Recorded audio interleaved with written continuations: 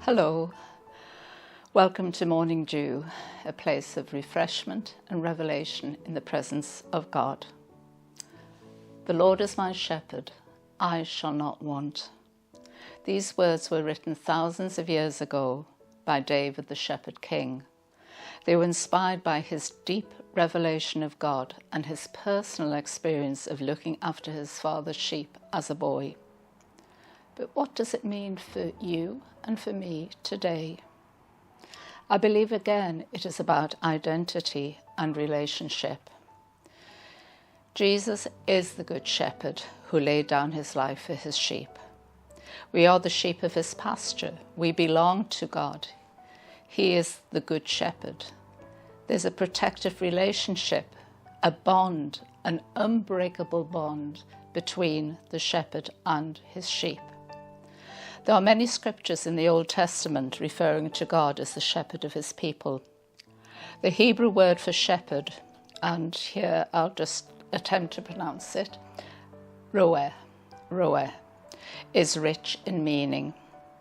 On the surface it means to pasture, tend, to graze, but the deep meaning is companionship, affection, a passionate affection and friendship, a heart-level friendship. David as a boy looked after his father's sheep, as I said. He knew the deep bond between them. He knew how to protect them, how to care for them, how to lead them. When Jesus walked the pasture lands of Israel over 2,000 years ago, he saw the shepherd leading his flock out in the morning to fresh green grass. He saw the shepherd watering his sheep, leading them to still waters, refreshing pools, bringing them to shade in the heat of the day. As dusk fell, he saw the shepherd leading his flock back to the protection of the sheepfold. He saw how each one was counted in, how the shepherd would search for the lost sheep.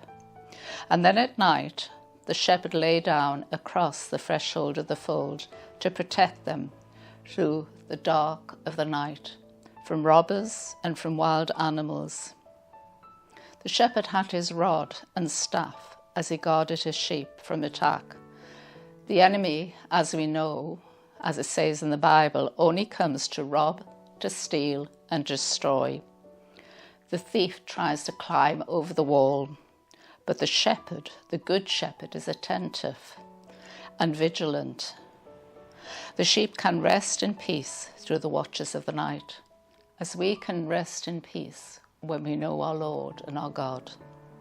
Because the sheep belong to God, the good shepherd, he will not run away at the first sign of danger or threat, abandoning his sheep to their fate. He will not leave us, he will not forsake us. He's not fearful about anything that might attack or threaten us, because he knows how to defend us. He knows how to protect us. He knows how to strengthen us. In the morning, the shepherd calls the sheep by name, and they follow after, because the sheep know the shepherd's voice, the good shepherd's voice, and a voice of a stranger they will not follow. The sheep trust the shepherd.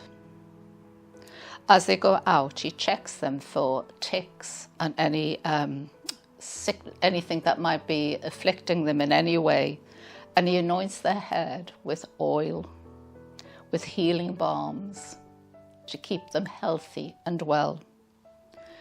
David knew how to protect his father's sheep from the lions and bears using his sling. I would like to read David's psalm to you. As I read, I pray that God will speak to you through the words of David written so many years ago, and that his words might restore your soul. So this is a psalm that David wrote so many years ago, and is a psalm that is familiar to many people, although they probably don't realize where it comes from, because it's often read out and even sung on certain occasions. The Lord is my shepherd, I shall not want. He makes me lie down in green pastures. He leads me beside still waters. He restores my soul.